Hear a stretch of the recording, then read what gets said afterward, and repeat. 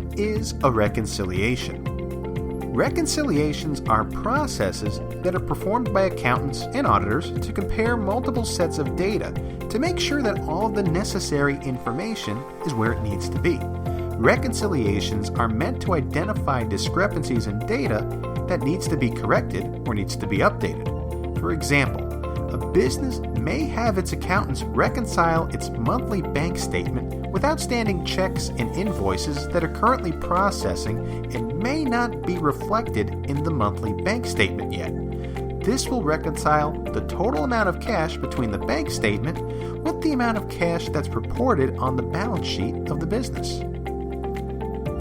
To learn more about this topic and many others through audio lectures, video lectures, and study guides, head over to www.thelearningbeanonline.com. Link is in the description below. If you have any questions, add them in the comments below, and don't forget to like and subscribe so we know to answer more of your questions.